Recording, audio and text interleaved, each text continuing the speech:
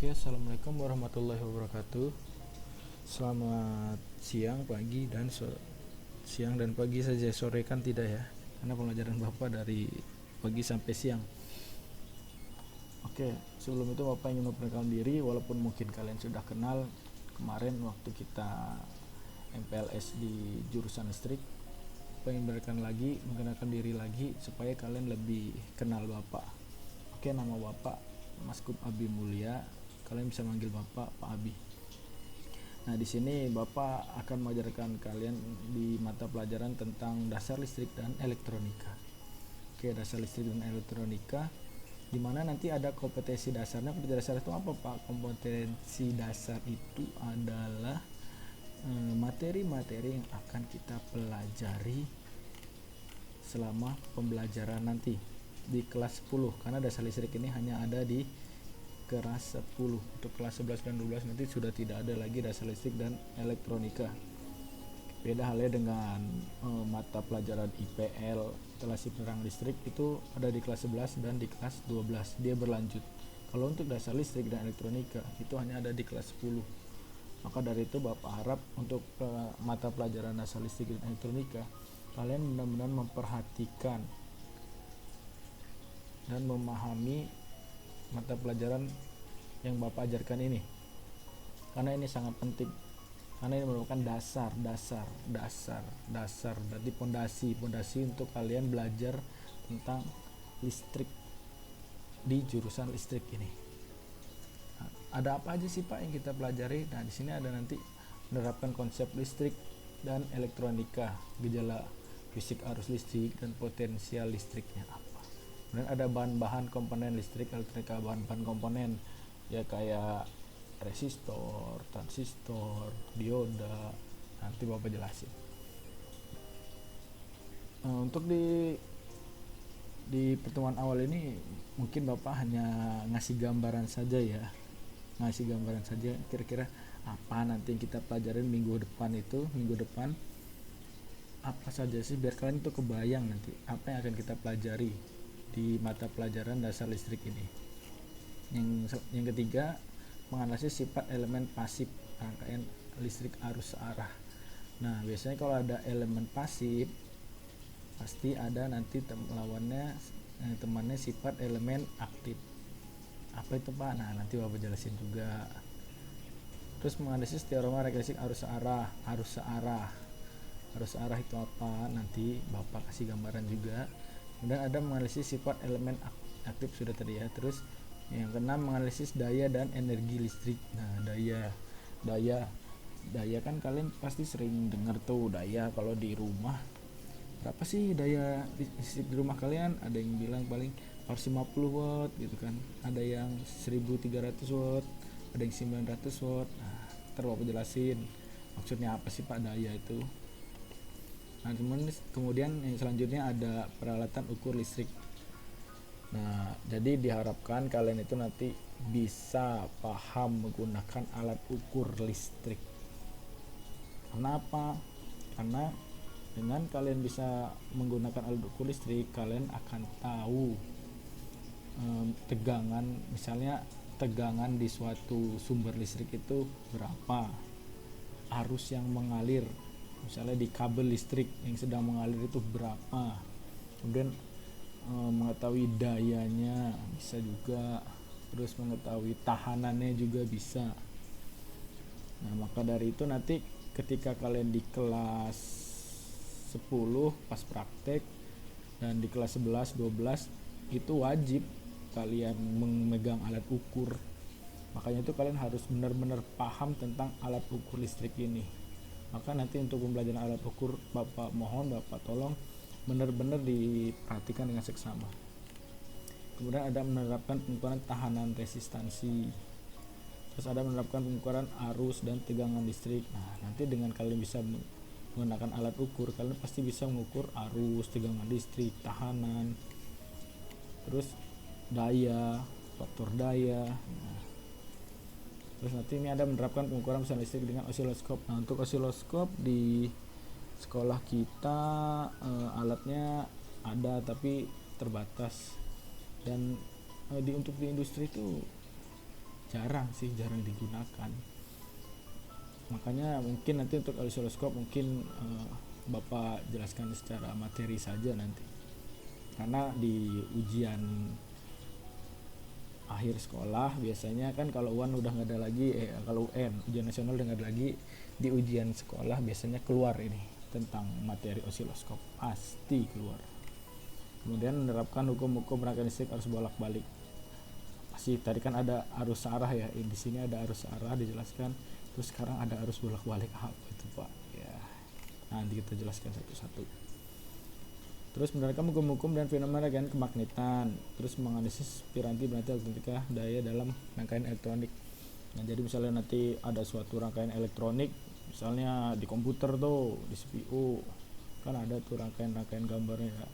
Dari rangkaian komputernya ada resistor, ada transistor, ada dioda. Nanti apa sih, gimana caranya, nah itu kita jelaskan. Oke, mungkin langsung aja gambarannya nanti di yang kalian pelajari apa saja. Nah, tadi kan ada arus listrik ya, sudah kalian sudah Bapak jelaskan tadi. Ada arus listrik, ada dua jenis arus listrik.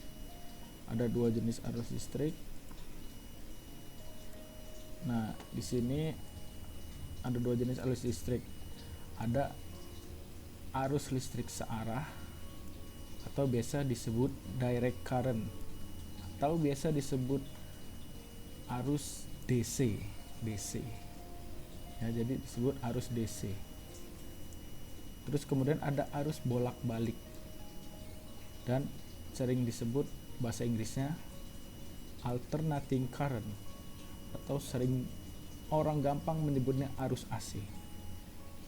Jadi kalau kalian mau gampang itu ada dua, tinggal arus DC, arus AC, itu yang paling mudah. Ada dua jenis arus listrik. Ingat, arus searah, bahasa Inggrisnya direct current. Direct itu kan searah, current itu arus. Jadi arus searah, arus bolak-balik. Arus itu current, alternating itu bolak-balik. Maksudnya gimana Pak? Nah, perhatikan gambar di bawah ini. Dan gambar di bawah di sini ada direct current, arus direct current atau arus DC, arus searah ya, arus DC. Kalian bisa nyebutnya arus DC, arus AC, itu yang gampang lah. Nah, di sini Bapak nih hanya mengasih gambaran ya, nanti kita jelasinnya lebih lengkapnya nanti ketika minggu depan pembelajaran selanjutnya. Arus DC, direct current, artinya arusnya itu searah. Perhatikan, arus listriknya itu mengalir dari sumber listrik ke beban, terus kembali ke sumbernya lagi. Dari kutub negatif dia menuju ke kutub positif, lurus dia. Ini buat tegangan DC. Kalau dia tegangan DC pasti arusnya arus DC atau arus searah. Tapi kalau untuk AC harusnya kan bolak-balik, arus bolak-balik. Sumbernya pasti sumber AC.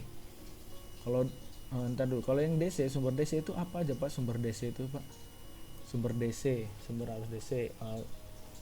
Ingat yang dia hanya ada plus dan minus ya.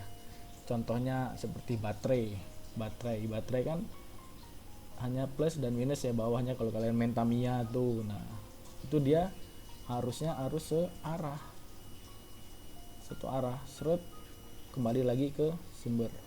Tapi harus lewat beban. Kalau nggak lewat beban nanti baterainya kecelet atau keluar asap nanti. Nah, terus ada AC, sumber AC. Sumber AC itu yang di mana Pak? Sumber AC itu yang di rumah kalian, colokan. Nah, stop kontak, bahasa keren itu stop kontak. Tapi kalau bahasa yang kalian sering pakai kan colokan tuh. Nah, colokan itu sumber AC. Sumber AC arusnya bolak-balik. Bedanya apa dengan yang DC Pak? Bedanya, nah kalau yang AC, kalau ketika kalian memasang menyolokkan suatu, misalnya kipas angin ke sumber AC, kalian colokannya bolak-balik masih hidup kan? Masih hidup. Beda dengan DC. Kalau kalian memasang, misalnya di sini ada beban ya, beban DC, kalian harus sama plus harus ketemu plus, min harus ketemu min. Beda sama sumber AC, tidak boleh beda sama sumber AC, boleh kebolak-balik. Ingat kan dicolokan tuh lubangnya cuma 2, boleh kebolak-balik kan kalian masangnya. Nah boleh. Beda sama yang DC, kalau DC plus harus ketemu sumber yang plus di bebannya, min harus ketemu dengan yang min. Nah itu mungkin pengenalan tentang arus listrik ya. Ada AC, DC, tegangan juga ada AC, tegangan DC. DC tadi arus arah atau direct current, AC tadi arus bolak-balik atau alternating current. Nah ini baru permulaan. Nah tadi ada juga bahan-bahan komponen listrik dan elektronika ya. Nah kira-kira ini gambarannya nih, komponennya, elektronikanya. Mungkin masih pada bingung kan, sering melihat tapi masih bingung apa sih namanya, yang gimana bentuknya. Nah di sini ada nanti ada kapasitor, ada IC, ada transistor. Inilah komponen-komponen listrik dan elektronika. Ini biasanya kalau yang komponen kecil gini ya ada yang dipakai di arus tegangan DC, ada yang di AC. Nah terus tadi ada komponen elektronika pasif ya, pasif. Nah yang pasif itu ini contohnya seperti apa ini namanya, resistor, terus kemudian ini kapasitor, kemudian ini adalah induktor, komponen pasif. Maksudnya gimana sih Pak pasif? Nah nanti kita jelaskan minggu depan ya. Kita perkenalan aja dulu resistor. Nah ini kan ada gelang-gelangnya nih. Nah, ada gelang-gelangnya warnanya tuh merah, hijau, biru. Nah ini ada nilainya. Nanti gimana cara bacanya. Nah ini ada yang model kotak nih. Dia kotak berarti artinya resistornya yang 5 watt. Gimana cara bacanya. Nah, di sini ada induktor, berapa lilitan nanti nilainya. Kemudian ada kapasitor, nih ada nilai-nilainya juga, gimana cara bacanya.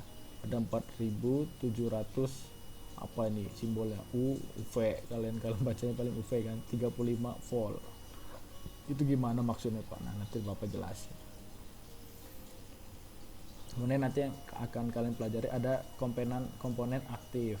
Komponen aktif itu ada dioda. Nah ini keluarganya dioda nih. Ini dioda biasa, ada dioda Zener, ada dioda Schottky, keren ini. Terus ada fotodioda, ini biasanya buat sensor. Terus ada dioda varaktor, ada LED, lampu LED. Jadi kalian pasti sering dengar lah kalau lampu LED. Nah lampu LED itu termasuk dioda yang bersinar. Kemudian di sini ada di komponen aktif itu ada transistor. Nah, transistornya banyak fungsinya nanti, ini sangat penting nih, bisa sebagai saklar. Nah ini jenis-jenisnya ada banyak.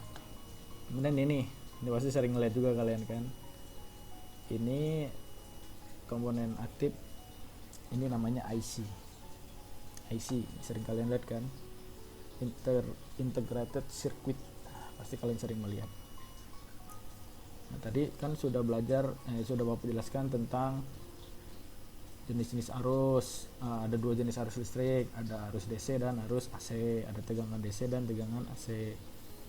DC itu apa? Direct current, AC alternating current atau arus bolak-balik. DC arus searah. Komponen-komponennya apa saja?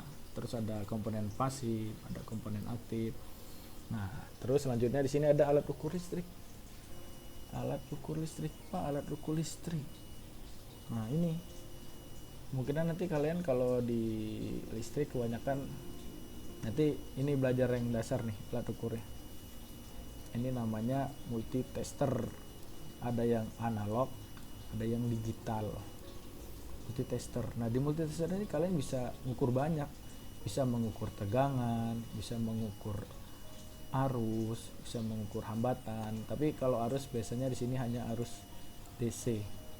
Arus DC tadi arus yang bolak-balik. Untuk tegangannya bisa tegangan AC, tegangan DC, hambatannya bisa nanti buat hambatan misalnya lampu. Nah, ntar kita jelaskan. Ada analog, ada digital. Kalau analog berarti dia masih jarum. Nih masih jarum. Gimana cara bacanya? Kalau digital udah keren. Udah kayak HP kan, udah digital, udah layar. Alat listrik. Nah, nanti kita juga belajar hukum dasar rangkaian listrik. Ada hukumnya apa aja. Nih pertama nanti ada hukum Ohm.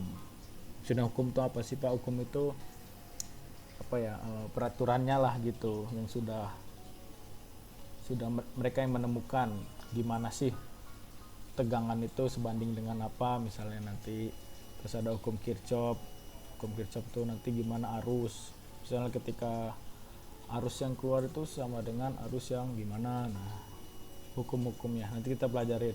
Nah, biasanya di hukum-hukum ini nanti kita belajar hitung-hitungan pasti itu. Terus ada hubung seri dan paralel. Gimana hubung seri, ini hubung seri, ini hubung paralel namanya. Nah, ini paralel. Jadi kalau mau gampangnya, seri itu sejajar, paralel itu atas bawah, udah gitu aja.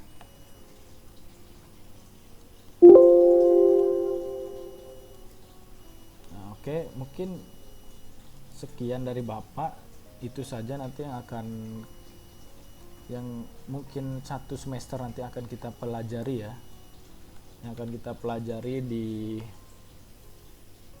mata pelajaran dasar listrik dan elektronika. Kira-kira seperti itu gambarannya. Jadi disiapkan, kalau perlu, kalau kalian aktif ya bisa mencari duluan apa saja materi-materinya. Jadi ketika nanti Pak Abi, Bapak memberikan tugas atau menjelaskan, kalian sudah langsung paham karena sudah belajar duluan. Kan ini kan sangat penting karena ini dasar untuk kalian.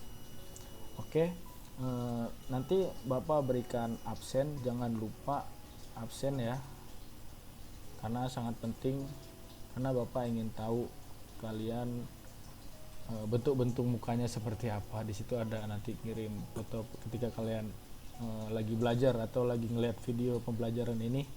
Silakan kalian foto biar Bapak kenal, karena kita kan belajar online nih, belajar daring, jadi belum sempat bertatap muka. Untuk tugas belum ada untuk pertemuan pertama, karena ini masih pertemuan pertama.